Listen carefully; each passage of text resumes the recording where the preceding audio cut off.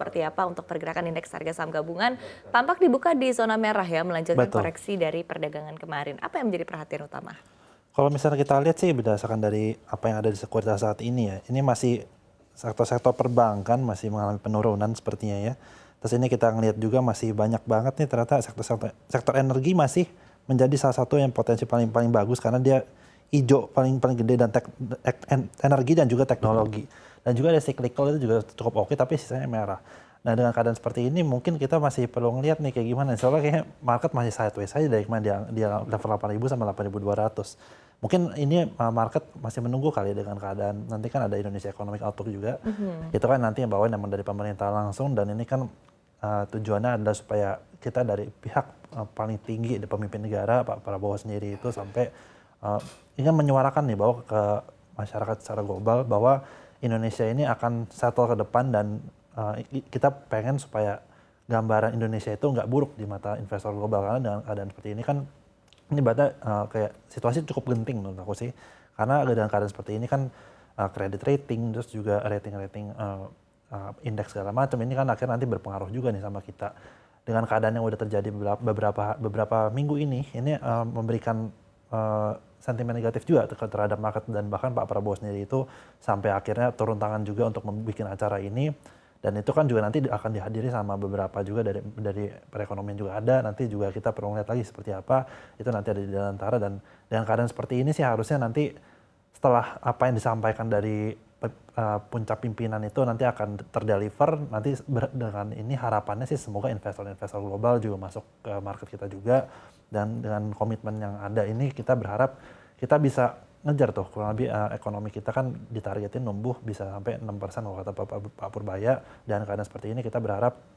semoga IHSG masih tetap bisa lanjut lagi rally ya karena kemarin kan udah 9.000 terus turun lagi dan sekarang kan belum berhasil juga tuh reclaim untuk bisa naik lagi ke 9.000-an. Karena kalau misalnya kita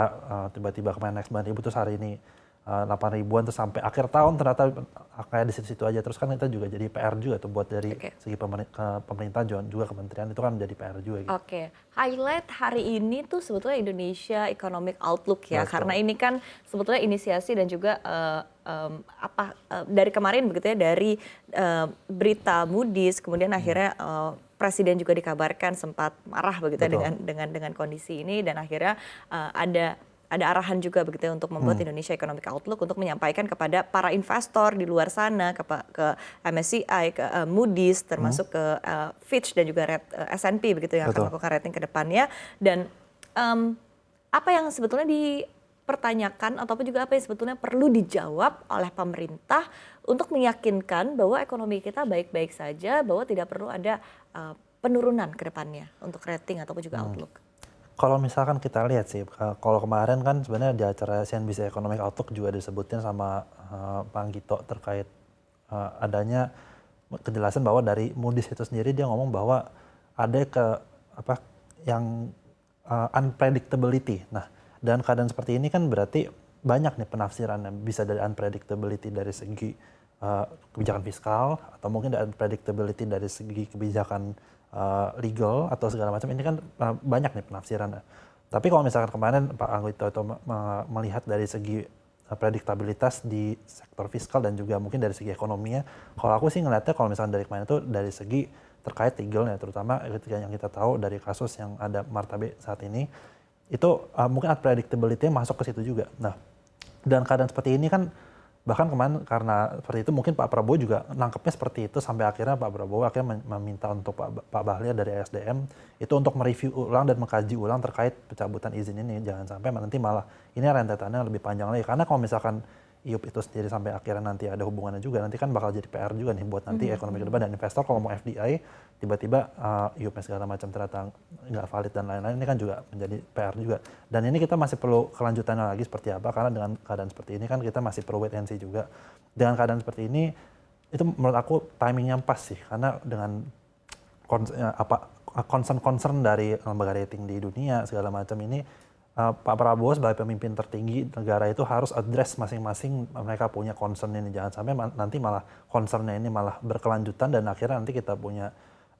kalau investment itu kan biasa compounding kalau compounding itu ternyata kita miss aja dalam setahun itu kan efeknya nanti bakal brutal kalau misalkan kita lihat dalam waktu mungkin 50 atau 60 tahun ke depan. Dan keadaan seperti ini mungkin menjadi suatu hal yang mutlak untuk dari segi pemerintah untuk turun langsung dan membicarakan ini ke investor global melalui Indonesia Economic Outlook, dan kita perlu wait and see sih kalau bisa jangan sampai MSCI dan lain-lain ini malah nanti break out. Dan most likely sih nggak mungkin turun ke frontier market, cuman nanti kan ada di MSCI itu kan ada grading tuh. Kalau misalkan dari segi indeksnya nanti kita malah diturunin lagi untuk misalkan investor mau beli nih indeks emerging market, nanti kita punya indeks weighting itu diturunin, kan itu juga memicu capital outflow juga itu dari kondisi yang saat ini. Kurang lebih begitu sih. Oke, baik. Dan tentu kita akan memantau ya seperti apa. Betul. Karena nanti dijadwalkan Indonesia Economic Outlook ini sekitar pukul 1 waktu Indonesia Barat begitu ya, siang nanti. Dan nanti juga akan akan berlokasi di kantor Danantara Indonesia. Nah, tapi pertanyaannya adalah tampaknya yang ingin juga ditegaskan oleh pemerintah ini adalah peran Danantara ya dalam market kita begitu ya, sehingga akhirnya ada ekspektasi juga begitu. Nah, tapi apa yang menjadi perhatian utama dari para pelaku pasar akan positioning Danantara ya ke depannya, dan ini kan sekali lagi artinya peran Danantara cukup besar, sangat besar begitu ya ke depannya. Seperti apa? Sebenarnya Danantara itu kalau aku ngeliat sih dia udah banyak negara-negara yang melakukan seperti ini, kayak Singapura itu sendiri udah punya, terus dari China sendiri udah punya, dari segi kalau misalnya Norges itu dari Norway itu juga punya salah satu paling besar, terus ada juga dari Arab Saudi juga ada, dari Bahrain itu juga ada. Jadi sebenarnya udah banyak sovereign wealth fund di dunia ini yang udah berjalan, dan ini kan pengen dicanangin juga sama, ini kan sebenarnya ide dari Pak Sumitro ya, itu which is ayahnya Pak Prabowo. Ini tujuannya adalah supaya mensimplifikasi segala macam yang ada di BUMN, karena kita tahu China itu pas zaman-zaman 1970-an itu juga mereka punya BUMN itu sampai ratusan ribu. Nah, dengan kondisi ratusan ribu ini kan juga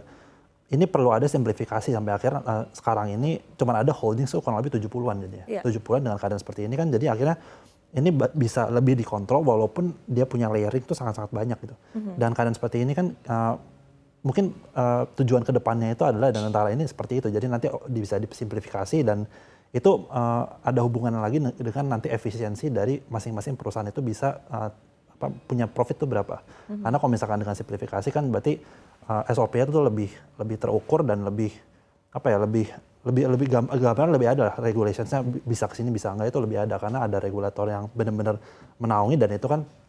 ada dari Pak Rosan sendiri pun kan dia menjabat jadi dua kan. Dia jadi Menteri BKPM dan juga sekalian jadi Danantara, biar tektokan dari legal dan juga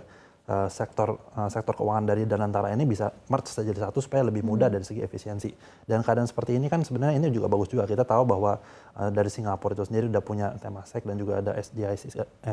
aku lupa namanya satu lagi apa. Ini dia sangat-sangat besar, dan ini kan sebenarnya turunannya juga kita lihat sekarang Singapura dengan keadaan seperti itu dia punya pulau kecil dan lain-lain, tapi bisa meningkatin trust investor global karena dia tuh punya sovereign wealth fund ini, dan ini sangat-sangat naiknya cepat banget gitu. Dengan keadaan seperti ini kita lihat bahwa Singapura tuh sangat-sangat ditrust sama investor global, dan dia punya GDP itu sangat-sangat bagus dan growth-nya ke depan, dan juga ekonomi di situ sangat-sangat bagus walaupun sekarang ada tendensi terhadap unemployment rate dan lain-lain, tapi dengan inflow yang ada di ASEAN itu Singapura ini memiliki peran sangat penting terhadap inflow asing dari luar kepada ASEAN. Ini kan kita juga sebenarnya pengen ngikutin kayak dia, dan juga mungkin China, karena China kita lihat sekarang udah naiknya cepet banget. Kita berharap sih dengan keadaan Danantara seperti ini bisa memberikan langkah bagus ke depan bagi Indonesia, karena lebih terkonsentrasi, dan nampaknya sepertinya swasta nanti juga akan diikutin karena Indonesia Incorporated kemarin. Jadi swasta ini akan nanti bakal nopang juga nih, karena kalau misalkan menurut Pak Prabowo sendiri kan swasta ini memiliki kemampuan dan kapabilitas yang lebih bagus lah untuk dia bisa mengelola proyek dan lain-lain. Jadi lebih ke arah dari segi BUMN ini nanti akan mensupport dan swasta ini nanti yang akan melakukan proyeknya, kurang lebih begitu sih. Oke.